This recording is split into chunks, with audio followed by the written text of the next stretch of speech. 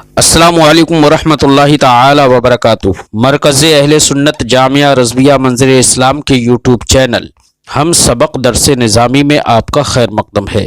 پیارے بچوں، جنہوں نے اب تک ہمارے چینل کو سبسکرائب نہیں کیا ہے وہ ضرور سبسکرائب کر لیں اور بیل آئیکن یعنی گھنٹی بھی بجا دیں تاکہ ہر ویڈیو کی نوٹیفیکیشن اطلاع اپلوڈ کرتے ہی آپ تک پہنچ جائے، اور اپنے ساتھیوں سے بھی شیئر کریں۔ شیئر کرنا نہ بھولیں تاکہ ان کو بھی فائدہ حاصل کرنے کا موقع ملے، اور بات پسند آئے تو لائک بھی کیا کریں اور اپنے قلبی تاثر کو ضرور کمنٹ کر کے بتائیں۔ الرحمن الرحیم۔ باب من کرہ ان یعود فی الکفر کما یکرہ ان یلقى فی النار من الایمان۔ باب ہے ھذا باب، یہ باب ہے، یعنی مبتدا محذوف اور باب اس کی خبر۔ اب من کرہ ان یعود فی الکفر کما یکرہ ان یلقى فی النار من الایمان، یہ باب ہے اس شخص کے سلسلے میں جو شخص کفر میں لوٹنا ایسے ہی ناپسند کرے جیسے کہ اسے یہ ناپسند ہوتا ہے کہ اس کو جہنم میں یا آگ میں ڈالا جائے۔ من الایمان، اس شخص کا یہ ناپسند کرنا ایمان سے ہے۔ اصل بات کی عبارت ہوگی باب ذکر کراہت من کرہ ان یعود فی الکفر کما یکرہ ان یلقى فی النار، کراہت من کرہ من الایمان، یعنی اس شخص کا ناپسند کرنا ایمان سے ہے۔ اور یہ باب ہے اس شخص کی ناپسندیدگی کے ذکر اور بیان میں جو اس بات کو ناپسند کرے کہ وہ کفر میں لوٹے، ایسا ناپسند کرے جیسے کہ آگ میں ڈالا جانا اسے ناپسند ہے، تو اس کا یہ ناپسند کرنا ایمان کا ایک حصہ ہے۔ امام بخاری رحمت اللہ تعالی علیہ نے اس بات کو کتاب الایمان میں رکھا۔ پہلے تو اس بات کے تحت جو حدیث پاک ذکر کی ہے، اس حدیث پاک کا اس بات سے تعلق اور مناسبت یہ ہے کہ امام بخاری رحمت اللہ تعالی علیہ نے حدیث کے ایک ٹکڑے ہی کو باب کا عنوان بنا دیا،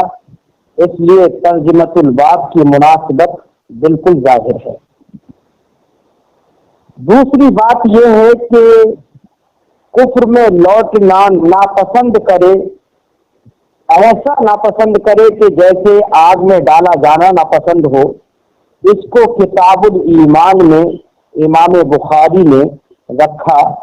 اس کی وجہ یہ ہے کہ جب انسان اپنے دل سے تصدیق کر لیتا ہے، جیسے کہ اس سے پہلے سبق میں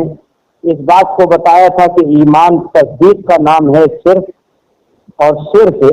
زبان سے اقرار کر لینے کا نام نہیں ہے، جیسے کہ کرامیہ نے کہا تھا۔ تو جب ایمان دل سے تصدیق کرنے کا نام ہے، تو اب جو شخص اللہ اس کے رسول کو اور تمام مقتضیات کلمہ طیبہ کو دل سے مان لیتا ہے، تو اس شخص کا ایمان نہایت مضبوط ہو جاتا ہے۔ قوت علمیہ اور قوت عملیہ دونوں جب مضبوط ہو جاتی ہیں، تو اب اس شخص کو ایمان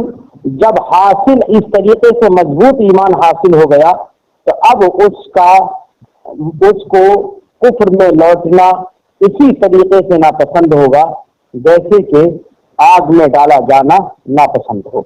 تو ما قبل کے بعد سے اس بات کی مناسبت بھی ظاہر ہے۔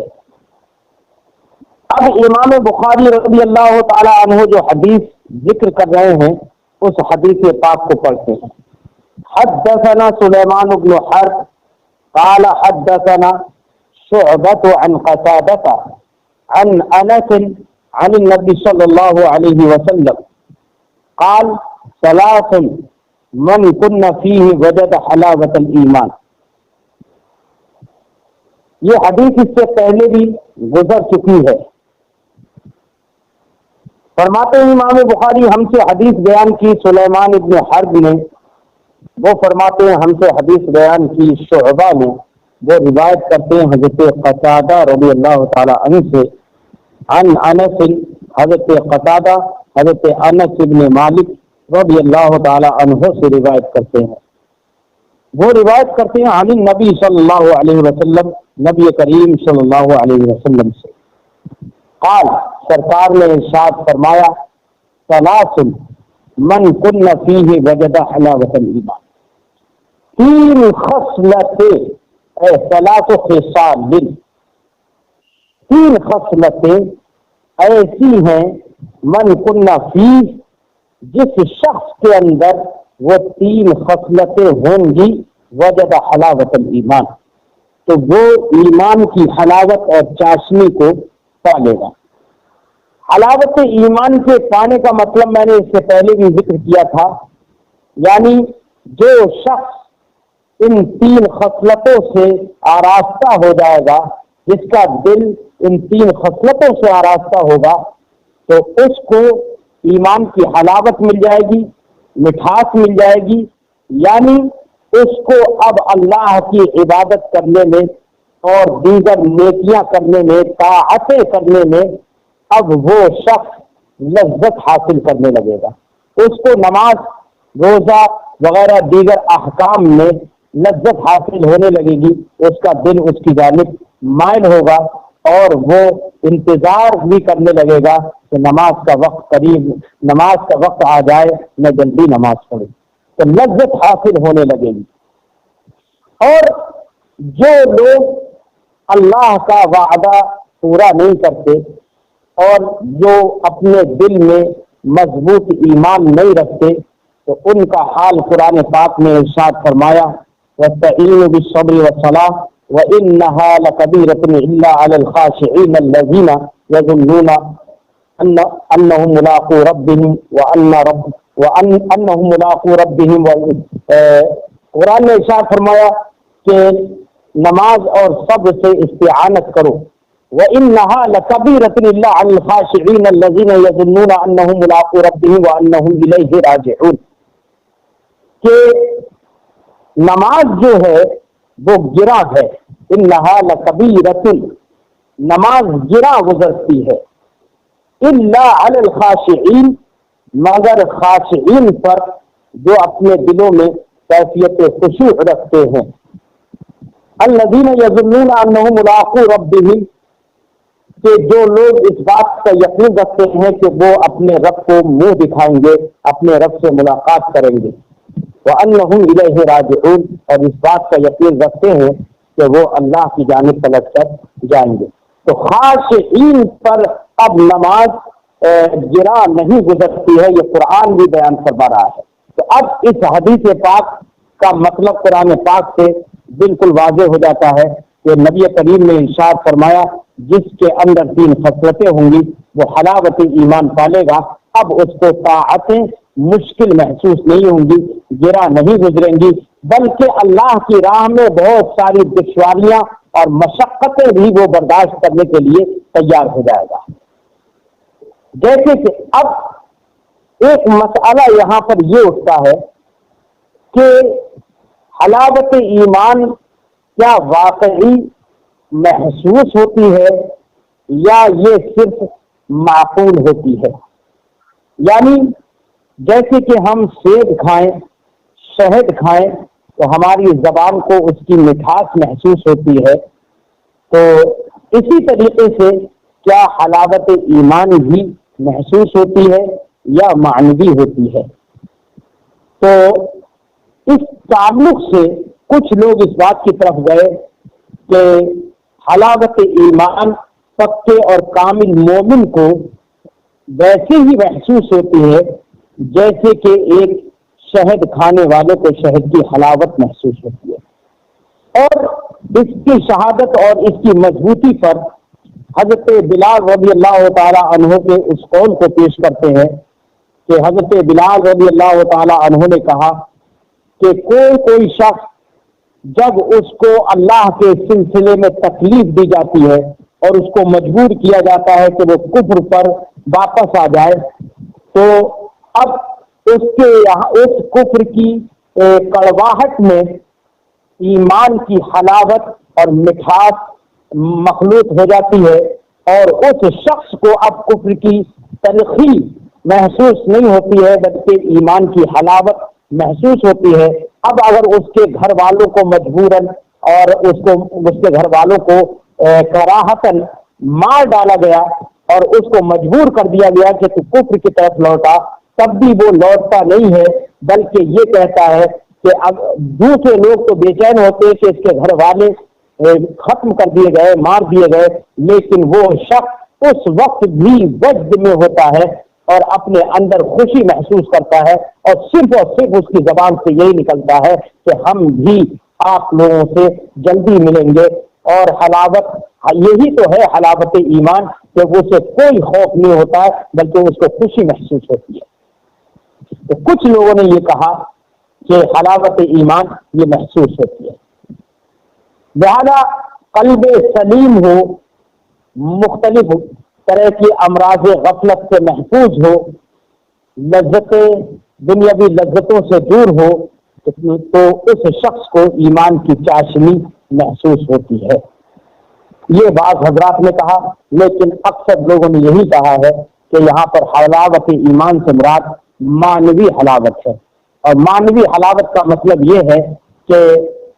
یہاں پر تشبیہ کے طور پر ذکر کیا گیا ہے کہ جیسے شہد کھانے والے کو زبان میں شیرینی محسوس ہوتی ہے اور اس کو فرحت محسوس ہوتی ہے، خوشی محسوس ہوتی ہے، دل اس کا خوش ہوتا ہے، بالکل اسی طریقے سے ایک کامل مومن ہوتا ہے تو طاعتیں کرنے میں اس کو بھی ایسی ہی لذتیں محسوس ہوتی ہیں، اگرچہ وہ مٹھاس جو کہ شہد کی ہے وہ اس کی زبان تک ایمان کی حلاوت اس طرح سے اس کی زبان پر محسوس نہیں ہوتی ہے۔ تو تشبیہاً یہاں پر کہا گیا ہے، اکثر علماء اسی کے قائل ہے کہ حلاوت محسوسہ نہیں ہے بلکہ حلاوت معنویہ ہے۔ تو نبی کریم نے ارشاد فرمایا ثلاث من کن فیہ وجد حلاوت الایمان، یہی حلاوت معنویہ ہے کہ حضرت بلال کو اتنا پریشان کیا گیا، حضرت عمار ابن یاسر کو کیسے جلتی ہوئی ریت میں کھینچا گیا لیکن اور کفر پر مجبور کیا گیا، لیکن یہ حضرات جو کہ اللہ اس کے رسول پر ایمان کی حلاوت اور اس کی چاشنی کو محسوس کر چکے تھے، اب اس کے بعد مجبور کرنے کے بعد بھی یہ حضرات کفر کی طرف ایمان سے واپس نہیں گئے۔ سرکار نے ارشاد فرمایا ثلاث من کن فیہ وجد حلاوت الایمان، تین خصلتیں ایسی ہیں کہ جس کے اندر وہ ہوتی ہیں تو وہ حلاوت ایمان پا لیتا ہے۔ کیا ہے وہ تین خصلتیں؟ سرکار اس کا ذکر کرتے ہیں آگے، کان اللہ ورسولہ احب الیہ مما سواہما۔ ایک یہ بات کہ وہ شخص کہ اللہ اور اس کے رسول اس کے نزدیک ان کے ما سوا سے سب سے زیادہ محبوب ہیں۔ ومن احب عبدا لا يحبه الا للہ، اور دوسری خصلت یہ ہے کہ اگر کوئی کسی بندے سے محبت کرے لا يحبه الا للہ، تو وہ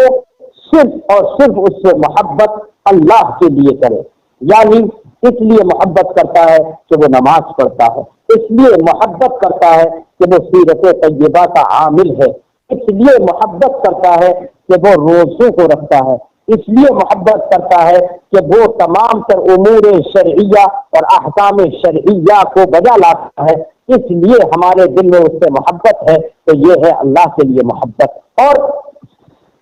ایسے ہی اگر کسی سے ناراضگی کرے، دشمنی کرے، تو اس لیے کرے کہ اللہ اور اس کے رسول کے راستے میں دشمنی کرے، اللہ کے لیے دشمنی کرے، یعنی اس لیے دشمنی کر رہا ہے کہ وہ آدمی احکام شرعی دور ہے، وہ آدمی عقائد صحیحہ سے دور ہے، وہ آدمی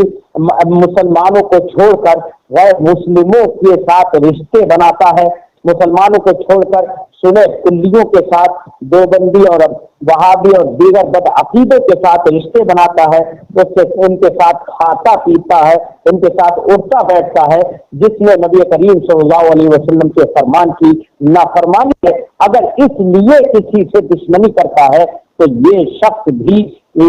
اسی خصلت میں شامل ہے کہ نبی کریم صلی اللہ علیہ وسلم نے ارشاد فرمایا کہ کسی سے محبت کرے تو صرف اللہ کے لیے محبت کرے۔ ایسے ہی ایک روایت میں ہے کہ کسی سے اگر بغض کرے تو اللہ کے لیے بغض کرے۔ وَمَن يَكْرَهُ أَن يَعُودَ فِي الْكُفْرِ بَعْدَ إِذْ أَنْقَذَهُ اللَّهُ كَمَا يَكْرَهُ أَن يُلْقَى فِي النَّارِ۔ اور تیسری خصلت یہ ہے کہ جو شخص اس بات کو ناپسند کرے کہ وہ کفر میں واپس جائے بعد اس کے اذ انقذہ اللہ، جب کہ اللہ نے اس کو کفر سے نکال دیا۔ انقذہ ينقذ، انقاذ کا معنی ہوتا ہے نکال دینا، رستگاری دلانا اور چھٹکارا دلانا۔ اذ انقذہ اللہ، جب کہ اس شخص کو اللہ نے کفر سے چھٹکارا دے دیا تو چھٹکارا دینے کے بعد وہ کفر میں جانا لوٹنا ایسے ناپسند کرے کما یکرہ ان یلقی فی النار، جیسے کہ ناپسند کرتا ہے اس بات کو کہ اس کو آگ میں ڈالا جائے، تو ایسا شخص بھی حلاوت ایمان پا لیتا ہے۔ یہ تینوں خصلتیں جس کے اندر ہوں گی تو بلا شبہ ہمارا دل کہتا ہے کہ وہ کامل مومن ہوگا، اور جو کامل مومن ہوتا ہے وہ حلاوت ایمان پا لیتا ہے۔ باب تفاضل اہل ایمان فی الاعمال، یہ باب ہے اس سلسلے میں کہ اہل ایمان اعمال میں متفاوت ہوتے ہیں۔ اس باب کا بھی ما قبل سے تعلق بالکل ظاہر ہے کہ ما قبل میں نبی کریم صلی اللہ علیہ وسلم نے کی روایت کو اور حدیث کو امام بخاری نے ایک باب میں ذکر کیا، جس کا خلاصہ یہ تھا ما قبل کے باب میں کہ نبی کریم نے ارشاد فرمایا کہ میں تم میں سب سے زیادہ عمل صالح کرنے والا ہوں اور تم سے سب سے زیادہ اللہ کی معرفت رکھنے والا ہوں۔ اب سب سے زیادہ، تو اب وہاں پر اس بات سے یہ معلوم ہو گیا تھا کہ اعمال انسان کے متفاوت ہوتے ہیں، اعمال الگ الگ ہوتے ہیں، تو اب اس بات میں بھی دوسرے انبیاء علیہ الصلوۃ والسلام کے علاوہ دیگر امتیوں کے اعمال میں تفاضل کو امام بخاری ذکر کر رہے ہیں، تو اب ما قبل کے باب سے اس کی مناسبت بالکل ظاہر ہے۔ اس باب میں امام بخاری جو روایت پیش کریں گے اس روایت کا خلاصہ یہ ہے کہ بہت سارے مسلمان ایسے ہوں گے جو گناہ کبیرہ کے مرتکب ہوں گے، اور گناہ کبیرہ کرنے کے بعد انہوں نے اللہ سے توبہ بھی نہیں کی ہوگی کہ اللہ انہیں بخش دیتا، تو اور ان کا انتقال ہو جاتا ہے، لیکن ایمان پر انتقال ہوا۔ تو اب مسلم شریف کی حدیث ہے، اور یہاں پر امام بخاری نے بھی یہاں پر اسی حدیث کو ذکر کیا ہے، جس کا خلاصہ یہ ہے کہ جب حشر کا میدان ہوگا اور حساب و کتاب ہوگا تو ان لوگوں کو ان کے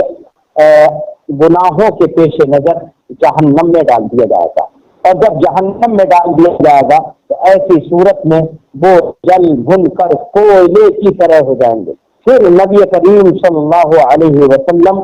ان کی سفارش فرمائیں گے، شفاعت فرمائیں گے، اور ان کو حکم ہوگا کہ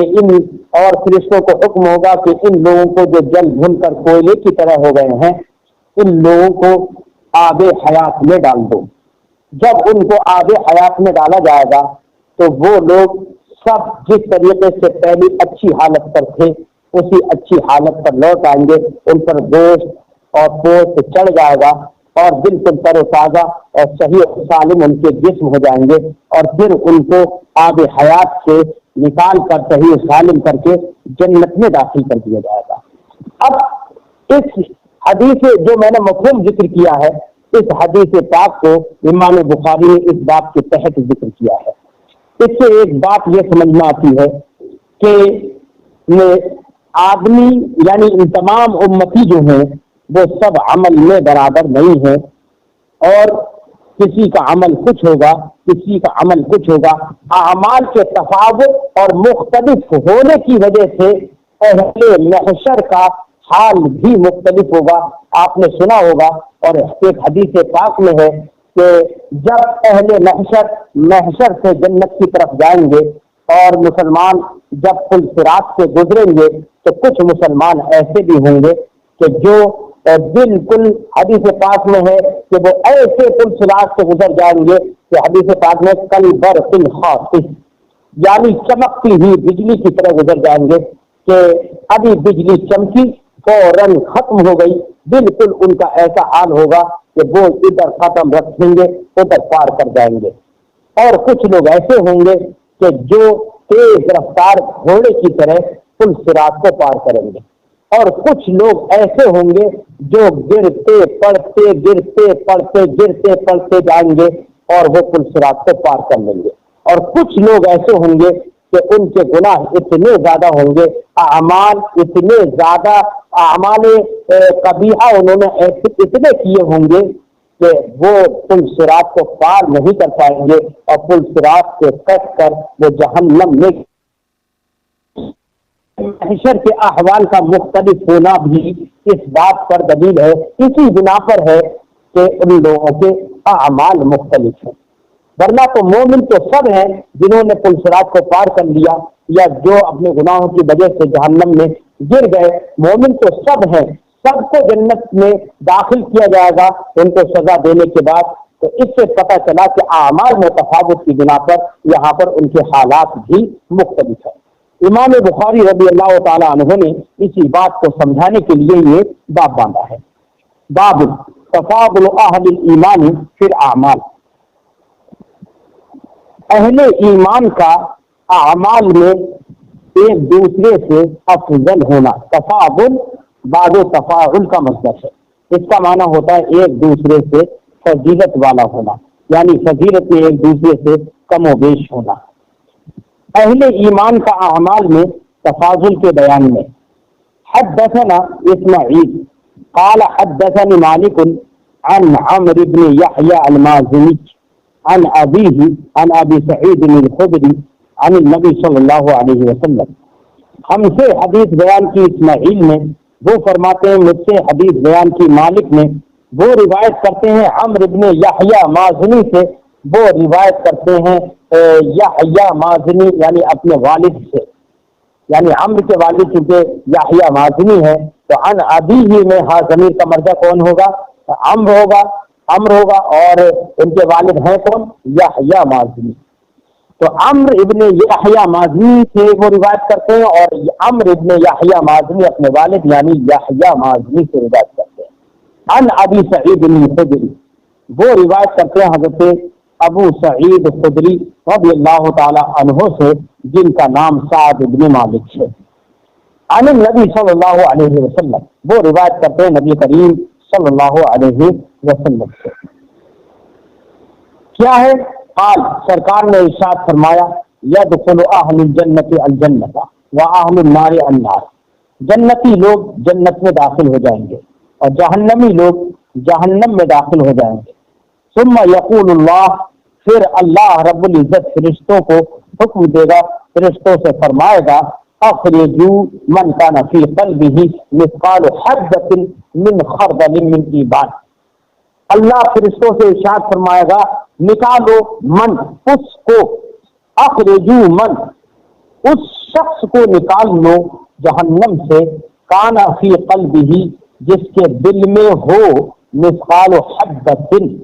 ایک دانے برابر، مثقال برابر، مقدار کے معنی میں، ایک دانے برابر، کس کے دانے کے برابر؟ من خردل، رائی کے دانے کے برابر، کیا ہو؟ من ایمان، ایمان کو۔ اب ترجمہ ہوگا، اللہ رب العزت فرشتوں کو حکم دے گا، فرمائے گا کہ اس شخص کو جہنم سے نکال لو جس کے دل میں رائی کے دانے کے برابر بھی ایمان ہو۔ فَيُخْرِجُونَ مِنْهَا، تو فرشتے جہنم سے نکالیں گے،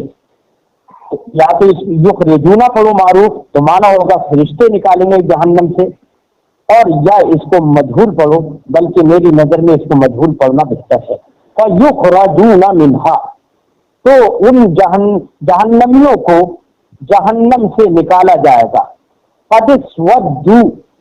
کس حال میں نکالا جائے گا؟ قَدِ اسْوَدُّوا، اس حال میں کہ وہ سیاہ ہو جائیں گے، بالکل سیاہ ہو جائیں گے، کوئلے کی طرح سیاہ ہو جائیں گے۔ فَيُلْقَوْنَ فِي نَهْرِ الْحَيَاةِ، تو پھر ان کو نہر حیا میں ڈالا جائے گا۔ اب یہاں پر حیا بھی ہے اور او کے ذریعے سے شک راوی ہے، تو انہوں نے راوی نے شک کیا کہ نبی کریم صلی اللہ علیہ وسلم نے فی نہر الحیا کہا یا فی نہر الحیات کہا، تو اب یہاں پر راوی کا شک ہے کیونکہ، تو اسی لیے امام بخاری فرماتے ہیں فی نہر الحیا او الحیات، شک کا معنی، اس میں امام مالک نے شک کیا ہے کہ سرکار نے یہ فرمایا یا یہ فرمایا، لیکن مطلب دونوں کا ایک ہے۔ فَيَنبُتُونَ كَمَا تَنبُتُ الْحَبَّةُ فِي جَانِبِ السَّيْفِ، پھر یہ لوگ جب آب حیات میں ڈالے جائیں گے، نہر حیات میں ڈالے جائیں گے، تو پھر یہ سب لوگ اگیں گے۔ یمبتون نبت، یمبت نبتن، گھاس کا اگنا، یمبتون یہ لوگ گھاس، یہ لوگ اگیں گے،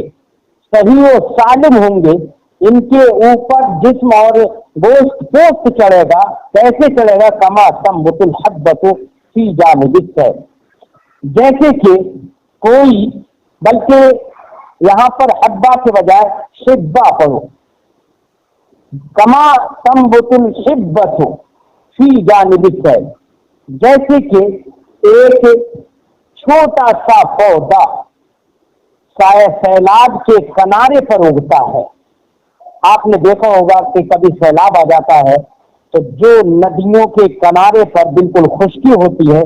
پیڑ پودے بھی نہیں ہوتے ہیں، جب سیلاب آ جاتا ہے تو جب پانی کم ہوتا ہے تو کناروں پر پانی کی تری کی وجہ سے اب جو پودے نہیں تھے وہ پودے بھی اگاتے ہیں۔ اب اس کا مطلب یہ ہے، یہ تشبیہ دی گئی ہے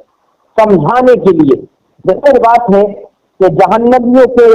جسم پر گوشت پوست کیسے چڑھے گا، یہ امر معنوی ہے۔ اس کو سمجھانے کے لیے نبی کریم صلی اللہ علیہ وسلم نے اس امر معنوی اور غیر محسوس کو سمجھانے کے لیے نبی کریم صلی اللہ علیہ وسلم نے ایک چھوٹے سے پودے سے تشبیہ دی کہ جو جانب سیل میں، سیلاب کی جانب میں اگ آتا ہے، اور کیسے اگتا ہے؟ تو آج نبی کریم نے ارشاد فرمایا، الم ترا، کیا تم نہیں دیکھتے، اے دیکھنے والے کیا تم نہیں دیکھتے، انہا تخرج صفراء ملتبیہ، کہ وہ چھوٹا سا پودا نکلتا ہے پیلا اور لپٹا ہوا۔ آپ نے دیکھا ہوگا چھوٹے چھوٹے پودے جب زمین سے نکلتے ہیں تو ان کی پتیاں پھیلی ہوئی نہیں ہوتی ہیں، بلکہ پتیاں لپٹی ہوئی ہوتی ہیں، اور تھوڑے دن کے بعد وہ، اور شروع میں وہ پیلا ہوتا ہے، جب کچھ دن گزر جاتے ہیں تو پھر وہ اس کی پتیاں پھیل جاتی ہیں اور وہ ہرا بھرا ہو جاتا ہے۔ بالکل اسی طریقے سے جہنم سے جب ان لوگوں کو نکال دیا جائے گا تو ان لوگوں پر گوشت پوست ایسے ہی چڑھا ہوگا جیسے کہ اس پودے پر اس کی پتیاں لپٹی ہوئی ہوتی ہیں، اور یہ پھر ہرے بھرے، جب جنت میں پہنچ جائیں گے تو پھر یہ بھی ہرے بھرے ہو جائیں گے، خوشحال ہو جائیں گے، ساری تکلیفیں ان کی دور ہو جائیں گی۔ قال وہ ہے، اب امام بخاری رضی اللہ تعالی عنہ آگے وہیب ابن خالد کے ایک قول کو ذکر کرتے ہیں، اور اس قول کو ذکر کرنے کا مقصد کیا ہے؟ وہ یہ کہ یہاں پر آپ نے جو ابھی حضرت انس کی، حضرت مالک کی جو روایت پڑھی تھی، اس میں یہ تھا کہ مثقال حبۃ من خردل من ایمان، یہ تھا نا، جبکہ وہیب ابن خالد نے اسی حدیث کی روایت کی تو ان کی روایت میں تھوڑا سا ایک لفظ بدلا ہوا ہے، تو لفظ کی تبدیلی کو بتانے کے لیے امام بخاری نے ان کے روایت کے بھی آخری جملہ وہ جس میں تبدیلی ہے اس کو ذکر کر دیا ہے۔ قال وہیب، حضرت وہیب ابن خالد نے کہا، حدثنا عمرو، ہم سے عمرو یعنی ابن یحییٰ مازنی جن کا ذکر ماقبل میں گزرا، انہوں نے ہم سے حدیث بیان کی، اور جب انہوں نے حدیث بیان کی تو انہوں نے کیا کہا؟ الحیات، ایک تو الحیات کہا، جبکہ امام مالک کی جو ماقبل میں حدیث گزری اس میں حیا اور حیات کے درمیان شک تھا، تو امام بخاری نے وہیب ابن خالد کی اس روایت کو پیش کر کے یہ بتا دیا کہ وہاں پر مالک کا جو شک ہے وہ اپنی جگہ پر، لیکن وہیب کی روایت سے معلوم ہوتا ہے کہ یہاں پر لفظ حیات صحیح ہے۔ تو عمرو، وہ وہیب ابن خالد کہتے ہیں ہم سے حدیث بیان کی عمرو نے، اور انہوں نے جب کہا ہم سے بیان کرتے ہوئے کہا تو انہوں نے الحیات کہا، اور وقال خردل من خیر، ایسے ہی امام مالک کی اس مذکورہ روایت میں من ایمان تھا، اور یہاں پر وہ ابن خالد کی روایت جو ہے اس میں خردل من خیر ہے، لیکن خردل من خیر اور خردل من ایمان دونوں میں لفظ تو اگرچہ بدلے ہوئے ہیں لیکن معال دونوں کا ایک ہے، کیونکہ ایمان سے بڑھ کر کوئی خیر اور کوئی بھلائی نہیں ہے۔ حدثنا محمد بن عبید اللہ قال حدثنا ابراہیم بن سعد عن صالح عن ابن شہاب عن ابی امامہ بن سہل بن حنیف انه سمع ابا سعید الخدری یقول قال رسول اللہ صلی اللہ علیہ وسلم بینما انا نائم رأیت الناس یعرضون علی۔ اب چونکہ آپ نے دیکھا تھا کہ باب تفاضل اہل الایمان فی الاعمال، اس میں امام بخاری نے یہ باب باندھا تھا کہ اہل ایمان عمل میں الگ الگ ہوتے ہیں، لیکن اس کے تحت جو ابھی مذکور حدیث گزری اس حدیث سے بالکل صریح لفظوں سے یہ سمجھ میں نہیں آیا کہ اعمال میں متفاوت ہوتے ہیں، اگرچہ آپ کو ہماری تقریر سے یہ سمجھ میں آ گیا ہوگا کہ اعمال مختلف ہوتے ہیں، جیسے کہ ہم نے تقریر کی واضح کر دیا، لیکن امام بخاری رضی اللہ تعالیٰ عنہ ایک صریح حدیث جس کے صریح الفاظ اس بات پر دلالت کرتے ہیں کہ لوگ اعمال میں مختلف ہوتے ہیں، ایک حدیث اسی بات کے تحت پیش کرتے ہیں۔ فرماتے ہیں حدثنا محمد بن عبید اللہ، ہم سے حدیث بیان کی محمد بن عبید اللہ نے، قال انہوں نے فرمایا حدثنا ابراہیم بن سعد عن صالح، ہم سے حدیث بیان کی ابراہیم ابن سعد نے، وہ روایت کرتے ہیں حضرت صالح ابن کیسان سے، وہ روایت کرتے ہیں عن ابن شہاب حضرت شہاب زہری سے، عن ابی امامہ ابن سہل ابن حنیف، اور ابن شہاب یعنی امام زہری روایت کرتے ہیں ابو امامہ بن سہل ابن حنیف سے، انہ سمع ابا سعید بن الخدری، کہ حضرت امامہ بن سہیل نے حضرت ابو امامہ بن سہیل نے فرمایا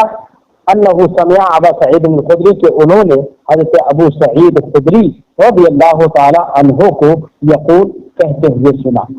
ابو سعید خدری رضی اللہ تعالی عنہ کا اس میں گرامی سعد بن مالک ہے، کیا کہتے ہوئے سنا؟ حضرت سعید خدری رضی اللہ تعالی عنہ فرماتے ہیں قال رسول اللہ صلی اللہ علیہ وسلم، رسول اللہ صلی اللہ علیہ وسلم نے ارشاد فرمایا بینا انا نائم، اسی اثنا کہ میں سو رہا تھا۔ یہاں پر نائم سے مراد یہ ہے کہ جیسے کہ مذکور بخاری میں جگہ جگہ پر حدیثیں اور روایتیں آئیں گی جن سے یہ معلوم ہوگا کہ نبی کریم نے ارشاد فرمایا کہ میری آنکھیں سوتی ہیں میرا دل نہیں سوتا ہے، تو آپ نبی کریم صلی اللہ علیہ وسلم دل کے اعتبار سے دل سے ہمیشہ بیدار رہتے ہیں، کبھی آپ پر غفلت طاری نہیں ہوتی ہے۔ اور اب میں آپ کو یہاں پر ایک بات اور بتا دوں کہ جب نبی کریم صلی اللہ علیہ وسلم پر غفلت طاری نہیں ہوتی ہے تو غفلت نہ ہونے کی وجہ سے یہاں پر ہم یہ کہیں گے کہ نبی کریم صلی اللہ علیہ وسلم کی نیند یہ ناقض وضو نہیں ہوگی۔ کیوں؟ اس لیے کہ عام لوگوں کی نیند کو فقہا نے جو ناقض وضو قرار دیا ہے اس کی وجہ یہ نہیں ہے کہ نیند ناقض وضو ہے، بلکہ اس کی وجہ یہ ہے کہ نیند جب آتی ہے اور آدمی بے خبر سو جاتا ہے، استرخاء مفاصل ہو جاتے ہیں، اس کے جوڑ ڈھیلے پڑ جاتے ہیں، تو اسے یہ معلوم نہیں ہو پاتا ہے سونے کے وقت میں کہ اس کی ریح خارج ہوئی ہے یا نہیں ہوئی ہے۔ تو اب اسے پتہ ہی نہیں چل پایا، ریح خارج ہو گئی ہے تب بھی اسے نہیں پتہ چل پایا۔ اب اس بنا پر ہمارے فقہا نے فرمایا کہ نیند ناقض وضو ہے، جس نیند میں غفلت اتنی ہو جاتی ہے کہ پتہ ہی نہیں چل پاتا ہے۔ تو نیند اپنی حقیقت کے اعتبار سے ناقض وضو نہیں ہے، یہ دھیان رکھنا۔ وہ اس وجہ سے ناقض وضو فقہا نے قرار دیا کہ اس میں غفلت ہو جاتی ہے۔ اور جب احادیث سے یہ معلوم ہو گیا کہ نبی کریم صلی اللہ علیہ وسلم کو غفلت ہوتی ہی نہیں ہے، آپ کا دل ہمیشہ بیدار رہتا ہے، صرف آنکھیں بند ہوتی ہیں استراحت کے لیے، تو اب اس سے معلوم ہوا، ہمارے محدثین ہمارے فقہا نے فرمایا کہ نبی کریم صلی اللہ علیہ وسلم کی نیند اسی لیے ناقض وضو نہیں ہے، کیونکہ آپ کو تو ہر حال میں خبر رہتی ہے، احوال آپ پر منکشف ہر حال میں رہتے ہیں۔ تو نبی کریم نے ارشاد فرمایا بینا انا نائم، اسی دوران کہ میں سو رہا تھا، کیا دیکھا اس دوران؟ رأیت الناس یعرضون علی، سرکار نے ایک خواب دیکھا۔ اور ایک بات یہ بھی ذکر کر دوں کہ انبیاء علیہم الصلوۃ والسلام کے خواب جو ہوتے ہیں وہ حق ہوتے ہیں۔ ہم لوگوں کے خوابوں میں تو شیطانی شرارت بھی ہو سکتی ہے، شیطانی شرارت نہ بھی ہو تب بھی ہم لوگوں کے خواب یہ دلیل نہیں بن سکتے، یقین نہیں ہوتا ہے کہ جو ہم نے دیکھا ہے ویسا ہی ہونے والا ہے یا ویسا ہی ہوگا، ہمیں اس بات کا یقین نہیں ہے۔ اس لیے عام انبیاء علیہ الصلوۃ والسلام کے علاوہ چاہے اولیاء ہی کیوں نہ ہو، کسی کا خواب حجت اور دلیل نہیں ہے، لیکن انبیاء علیہ الصلوۃ والسلام کا خواب دلیل اور حجت شرعیہ ہے۔ کیوں؟ اس لیے کہ انبیاء علیہ الصلوۃ والسلام خواب دیکھتے ہیں، وہ بھی در حقیقت اللہ رب العزت کی جانب سے الہام اور وحی ہوتی ہے۔ اس لیے نبی کریم نے ارشاد فرمایا کہ اسی دوران کہ میں سو رہا تھا، میں نے لوگوں کو دیکھا یعرضون علیہ، کہ وہ میری بارگاہ میں پیش کیے گئے، وعلیہم قمص، یہ قمص یہ قمیص کی جمع ہے، اس طور سے پیش کیے گئے کہ ان کے اوپر قمیصیں تھیں۔ چند لوگ سرکار کی بارگاہ میں پیش کیے گئے تھے، خواب میں دیکھا کہ ان لوگوں پر قمیصیں ہیں، وہ اپنے اوپر قمیصیں پہنے ہوئے ہیں۔ منہا ما یبلغ سودیہ، تو کچھ قمیصیں وہ تھیں جو کہ اوپر سینے تک پہنچ رہی تھی، یعنی اتنی چھوٹی تھی، نیچے تک نہیں تھی پیروں تک، بلکہ وہ اتنی چھوٹی تھی کہ ان کے صرف سینے تک قمیصیں آ رہی تھی۔ یہ سودیہ یہ سدیم کی جمع ہے، سدیم کا معنی ہوتا ہے پستان۔ ومنها ما دون ذلك، اور کچھ قمیصیں وہ تھیں ما دون ذلك جو اس سے بھی چھوٹی تھی، یعنی سینے سے بھی اور اوپر تھی۔ کتنی چھوٹی ہوں گی اب آپ سمجھ سکتے ہیں۔ وعرض علی عمر بن الخطاب، اب دیکھو دو قمیصوں کا ذکر ماقبل میں ہو گیا کہ ایک تو سینے تک پہنچ رہی تھی اور ایک سینے سے بھی اوپر، اور تیسری قمیص سرکار نے دیکھی وعرض علی عمر بن الخطاب، مجھ پر عمر بن خطاب پیش کیے گئے، وعلیہ قمیص، اور ان پر ایک قمیص تھی، یجرہ، جرہ یجرہ کا معنی ہوتا ہے کھینچنا، جس قمیص کو حضرت عمر بن خطاب رضی اللہ تعالی عنہ کھینچ رہے تھے۔ کھینچنے کا مطلب کیا؟ کھینچنے کا مطلب یہ ہوتا ہے کہ وہ قمیص زمین پر لگ رہی تھی، اتنی لمبی قمیص حضرت عمر بن خطاب رضی اللہ تعالی عنہ کے اوپر تھی۔ قالوا فما اقلت ذلك یا رسول اللہ، تو صحابہ کرام نے جب یہ خواب سنا سرکار کا تو عرض کی یا رسول اللہ آپ نے اس کی کیا تعبیر فرمائی، اس کی تعبیر بتا دیں یا رسول اللہ، اس خواب کی تعبیر کیا ہے؟ فما اول تعبیر کا معنی تعبیر کرنا، اور یہاں پر بیمانت تعبیر ہے، خواب کی تعبیر. فما افضل ذلک یا رسول اللہ، یا رسول اللہ اس کی آپ نے کیا تعبیر فرمائی؟ قال الدین، تو سرکار نے ارشاد فرمایا الدین، یہ نسب کے ساتھ،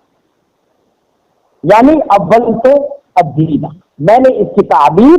دین سے کی ہے. کیا مطلب؟ قمیص کی تعبیر سرکار نے دین سے کی. اس کا مطلب یہ ہوا کہ سرکار پر 3 طرح کے لوگ پیش کیے گئے. 3 قسمیں سرکار نے دیکھی کہ ایک قمیص وہ تھی جو سینے تک پہنچ رہی تھی، اور ایک قمیص وہ تھی جو سینے سے اوپر ہی رہ گئی تھی، اور ایک قمیص وہ تھی جو پیروں تک پہنچ رہی تھی. اب یہ 3 طرح کی قمیصیں ہیں، تو قمیصیں دیکھو متفاوت ہو گئی، الگ الگ قمیصیں ہو گئی. جب قمیصیں الگ الگ ہو گئی تو نبی کریم سے جب تعبیر پوچھی تو سرکار اس کی تعبیر دین ہے. اس کا مطلب یہ ہے کہ لوگوں کے دین متفاوت ہے، اور دین متفاوت، دین اور ایمان کے تفاوت جو ہوتا ہے، نفس ایمان اور نفس دین کبھی متفاوت نہیں ہوتے، یہ آپ یاد رکھنا. کیونکہ نفس ایمان میں کوئی کمی بیشی نہیں ہوتی ہے، جیسے کہ ہم تحقیق سے پہلے سبق میں ذکر. اگر امام شافعی رضی اللہ تعالی عنہ کے نزدیک کمی بیشی متصور ہے، لیکن احناف کے نزدیک نفس ایمان بسیط ہے، اس میں کسی کی کوئی کمی بیشی نہیں ہوتی ہے. ہاں اس کے قوت و ذوق کے اعتبار سے کمی بیشی ہو سکتی ہے، اور میں نے آپ کو بتایا تھا کہ ایمان کا قوت و ذوق میں متفاوت ہونا یہ متصور ہے، یہ اعمال کی بنا پر ہوتا ہے. جتنے اچھے اعمال ہوں گے اتنا ہی اس کا ایمان زیادہ مضبوط ہوگا، اور جس کے اعمال صالحہ کم ہوں گے اس کا ایمان کمزور ہوگا. تو نفس ایمان میں یہاں پر کوئی کمی بیشی نہیں ہے، بلکہ اس کی کیفیت اور اس کی قوت و ذوق میں ہے. اب اس سے یہ پتہ چلا کہ سرکار نے فرمایا کہ قمیص کی تعبیر دین ہے، یعنی دین متفاوت، اور دین ہم نے بتایا کہ متفاوت تبھی ہوتا ہے جبکہ اعمال متفاوت ہوں، اعمال الگ الگ ہوں، اعمال کے درجے چھوٹے اور بڑے ہوں. تو اس سے کیا پتہ چلا کہ اعمال لوگوں کے الگ الگ ہیں، بعض سے اعمال میں فضیلت رکھتے ہیں. حضرت عمر بن خطاب رضی اللہ تعالی عنہ ان تمام لوگوں میں فضیلت رکھتے تھے. اب یہاں پر کوئی کہنے والا یہ کہہ سکتا ہے کہ نبی کریم صلی اللہ علیہ وسلم کے اس بیان سے معلوم ہوتا ہے کہ حضرت عمر بن خطاب رضی اللہ تعالی عنہ کی قمیص سب سے لمبی تھی، تو اس کا مطلب یہ ہوا کہ پوری امت میں حضرت عمر بن خطاب رضی اللہ تعالی عنہ سب سے افضل تھے. اس حدیث سے یہ سمجھ میں آیا، جبکہ مختلف دیگر احادیث سے یہ معلوم ہوتا ہے کہ انبیاء علیہ الصلوۃ والسلام کے بعد سب سے زیادہ فضیلت رکھنے والے اور افضل جو شخصیت ہے وہ حضرت ابو بکر صدیق رضی اللہ تعالی عنہ کی ہے. تو پھر اس حدیث کا ہم کیا جواب دیں گے؟ تو اس کے ہم چند جواب ذکر کر دیتے ہیں. سب سے پہلا جواب تو یہی ہم ذکر کریں گے کہ یہاں پر 3 طرح کی قمیصوں کا سرکار نے ذکر کیا ہے. اس سے یہ لازم نہیں آتا ہے کہ صرف 3 ہی طریقوں میں منحصر ہونا لازم نہیں آتا ہے، بلکہ ہو سکتا ہے کہ حضرت عمر فاروق رضی اللہ تعالی عنہ کے حال کے مناسبت سے یہاں پر حضرت عمر بن خطاب رضی اللہ تعالیٰ عنہ کا ذکر بالخصوص کر دیا ہو، اور حضرت ابو بکر صدیق رضی اللہ تعالیٰ عنہ کا ذکر نہ کیا ہو کسی مصلحت کے پیش نظر، ورنہ تو ایک چوتھی قسم بھی تھی. چوتھی قسم بھی متصور ہو سکتی ہے کہ حضرت ایک ایسی قمیص بھی دیکھی ہو کہ جو قمیص اس سے بھی کہیں زیادہ بڑی ہو جو حضرت عمر بن خطاب رضی اللہ تعالیٰ عنہ کے اوپر تھی. یہ تو اس صورت میں ہے جبکہ ہم انحصار تسلیم نہ کریں، اور اگر ہم تسلیم کرنے کے قمیص 3 ہی قسم کی ہے، کسی جگہ پر چوتھی قسم کا ذکر نہیں ہے، تو اس کا جواب ہم یہ دیں گے کہ حضرت عمر بن خطاب رضی اللہ تعالی عنہ کی قمیص کے متعلق اور ان کی افضلیت پر جو یہ حدیث ہے یہ حدیث خبر واحد ہے. جبکہ حضرت ابو بکر صدیق رضی اللہ تعالی عنہ کی حدیث کی فضیلت میں جو احادیث ہیں وہ احادیث اگرچہ خبر واحد ہیں لیکن معنی کے اعتبار سے وہ متواتر ہے. تو جب وہ متواتر المعنی ہے تو اس وجہ سے حضرت ابو بکر صدیق رضی اللہ تعالیٰ عنہ کی افضلیت پر جو احادیث ہیں ان کو ترجیح دی جائے گی. اور تیسرا جواب ہم یہ بھی ذکر کر دیتے ہیں کہ یہ بھی تسلیم کر لیا جائے کہ حضرت ابو بکر صدیق رضی اللہ تعالیٰ عنہ سے کی فضیلت میں جو احادیث ہیں وہ بھی خبر واحد ہیں, اور حضرت عمر فاروق رضی اللہ تعالیٰ عنہ کی فضیلت پر دلالت کرنے والی حدیث بھی خبر واحد ہے. تو پھر دونوں میں سے کسی کو ترجیح کیسے دی جائے گی؟ تو اس کا ایک آخری جواب اور سب سے بہتر جواب یہ ہے کہ حضرت ابو بکر صدیق رضی اللہ تعالی عنہ کی افضلیت پر تمام امت بلکہ تمام صحابہ اور تابعین اور تمام اسلاف سے لے کے اخلاق تک چلے آئیے, تمام کا اجماع ہے اس بات پر کہ انبیاء علیہ الصلوۃ والسلام کے بعد سب سے افضل وہ حضرت ابو بکر صدیق کی ذات ہے. تو تمام کا اجماع ہے, اور اجماع ایک ادلہ شرعیہ میں سے ایک دلیل ہے. تو اور ادلہ شرعیہ میں سے ایک دلیل ہے کیونکہ وہ مفید یقین ہوتا ہے. اجماع مفید یقین ہے. اور حضرت عمر بن خطاب رضی اللہ تعالی عنہ سے متعلق جو حدیث ہے وہ حدیث خبر واحد ہے, اگرچہ حضرت ابو بکر کے تعلق سے بھی حدیث خبر واحد ہے, لیکن حضرت ابو بکر کی افضلیت پر مزید اجماع ہے. تو اجماع کی بنا پر ہم نے حضرت ابو بکر صدیق رضی اللہ تعالیٰ عنہ کی افضلیت کو تسلیم کر لیا, اس کا یقین کر لیا. اس حدیث پاک سے چند باتیں سمجھ میں آتی ہیں, میں وہ چند باتیں اور ذکر کر دوں. پہلی بات تو یہ سمجھ میں آتی ہے کہ نبی کریم صلی اللہ علیہ وسلم نے خواب دیکھا, اور پھر صحابہ کرام کے درمیان اس خواب کا ذکر بھی کیا, بیان بھی کیا. اس سے پتہ چلتا ہے کہ خواب کو بیان کرنا جائز ہے. دوسری بات یہ ہے کہ صحابہ کرام نے عرض کیا رسول اللہ تعبیر کیا ہے, تو اس سے یہ پتہ چلتا ہے کہ خواب کی تعبیر معلوم کرنا بھی جائز ہے. تیسری بات یہ ہے کہ سرکار نے تعبیر بتا بھی دی, اس سے پتہ چلا کہ خوابوں کی تعبیر بتانا بھی جائز ہے. ایسے ہی یہ بات بھی سمجھ میں آتی ہے کہ حضرت عمر فاروق رضی اللہ تعالی عنہ کے بھی وہاں موجود تھے. ان کی موجودگی میں سرکار نے حضرت عمر بن خطاب رضی اللہ تعالی عنہ کی افضلیت کا ذکر کیا. اس سے یہ پتہ چلتا ہے کسی عالم دین, صالح عالم دین کے سامنے اس کی تعریف کرنا یہ بھی جائز ہے. اس کے فضائل و مناقب ذکر کر دینا, اس کی خوبیاں ذکر کرنا یہ بھی جائز ہے, اگر یہ اندیشہ نہ ہو کہ یہ آدمی مغرور اور متکبر ہو جائے گا. اور ایک بات اس حدیث سے یہ بھی سمجھ میں آئی کہ حضرت ابو بکر صدیق رضی اللہ تعالی عنہ اگرچہ افضل الخلق بعد الانبیاء ہیں, لیکن حضرت عمر فاروق رضی اللہ تعالی عنہ بھی بڑی فضیلت اور اہمیت کے حامل ہیں. آپ کی فضیلت بھی اس حدیث سے بالکل آشکار ہے, روشن ہے. السلام علیکم ورحمۃ اللہ.